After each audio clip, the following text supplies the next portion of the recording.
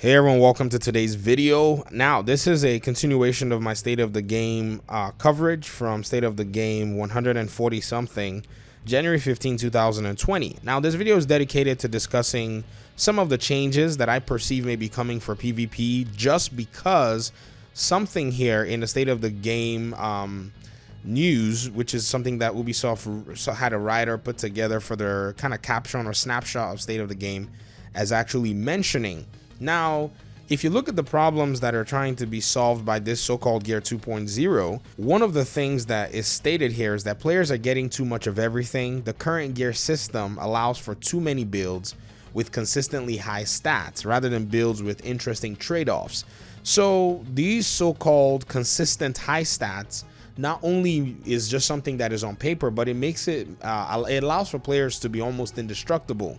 So I don't PvP, but I do hear all the concerns, and I think one of the major concerns for PvP folk, correct me if I'm wrong, is that people are able to carry and stack a lot of armor while being able to lay down a lot of damage using shotguns. So this is definitely an exploit, which is what PvP is about. The game is designed squarely to tip the scales every time for whoever has the advantage, be it fair or unfair, in terms of either play skill or having a better build or a better setup in one way or the other. That's how the Division PvP has always thrived. The only thing is, sometimes it really hurts more when somebody is using an exploit too much and somebody else doesn't want to build according to that, and then you have a meta that everybody is running. Nobody can take out anybody, or everybody takes out everybody at the same speed or under the same conditions, and then making the game boring and linear in one place. Am I wrong? Isn't it what usually happens with PvP? I mean, if I'm wrong, correct me. Now, I think this is going to address it with the change that's coming to the Gear 2.0.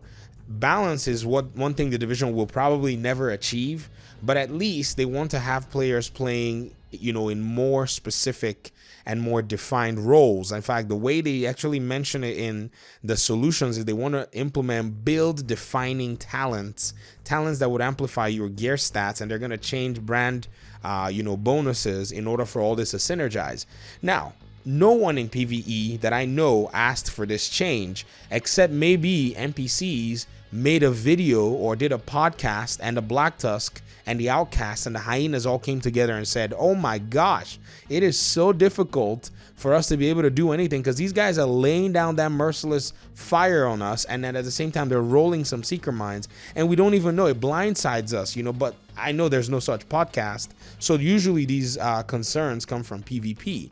Now, the one thing I want to just ask is, if these changes show up, is PvP going to ever be satisfied in the Division? Because we've been balancing PvP since I basically had my second child, okay? Here's what I think is going to continue happening. PvP is going to become that constant string that they used to pull that player base along until the obvious solution is implemented. But if that solution is implemented, it would take away the one thing that the developers are here to serve, and that is the need for change, which is something that they can use to focus or push the focus away from putting out content more consistently, and just focus like all these so-called changes are the problem. I'm telling you guys, we have gone through many an iteration of builds and build changes and PvP changes in the Division, that if you're a new player of the Division 2 and you want to play the Division 2's PvP and you say the Division 2's PvP is actually bad and all that, I'm like, yeah, Division 1 has gone through so much.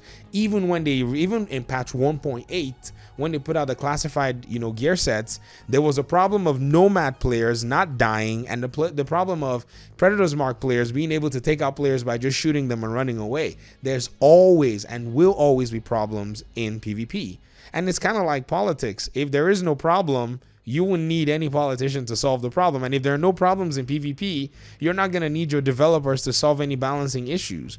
The obvious change is that they need to separate PvP from PvE, and then they also need to make sure that PvP and PvE gear is also somewhat separate, so that there are specific abilities that you can just work on getting, and everybody knows exactly who you are and what kind of role you're playing. And I think this is most likely going to solve some things in the PvP side of things. Now, many, I see comments of people saying, oh, you need to shut up about PvP, you don't know anything about PvP. I'm like, you need to shut up, because you also don't know anything about PvP, because you've been playing the same PvP cycle for so many years. Or maybe you're new. I mean, it's kind of that conversation. You know how we bicker back and forth. I don't mean it in a condescending way, but it is a reality that we have to face and say PvP might not get balanced. In fact, I will wager with anybody that wants to, that this new patch is not going to balance PvP, because somebody is going to get a better, more fine-tuned build and is going to wreck a bunch of people in the dark zone.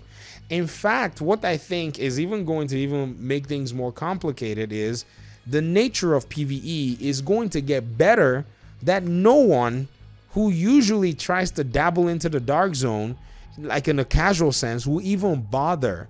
This is going to be a big challenge to solve the PvP of this game.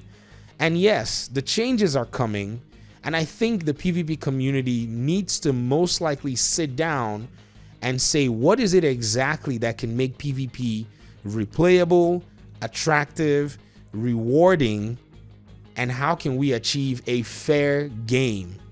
I think these things will solve the PvP problem a lot, because as much as I say I don't PvP in the Division 2, I engage in PvP in other games. Right now, I have played 500 hours of Mortal Kombat 11 on just my Steam account.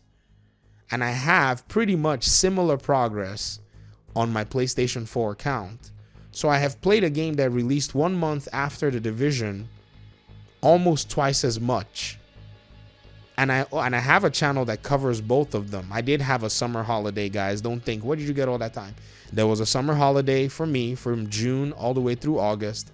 And I just invested time building a channel around Mortal Kombat type content and also doing my Division content along the line. So it required for me to play both games. But I will tell you that from all that PvP experience, one of the things that players usually prefer is having the odds to be evened out. You want everything to be scaled equally so that players have the outcome of one person outplaying the other person. But the Division is fundamentally designed for that not to be the case.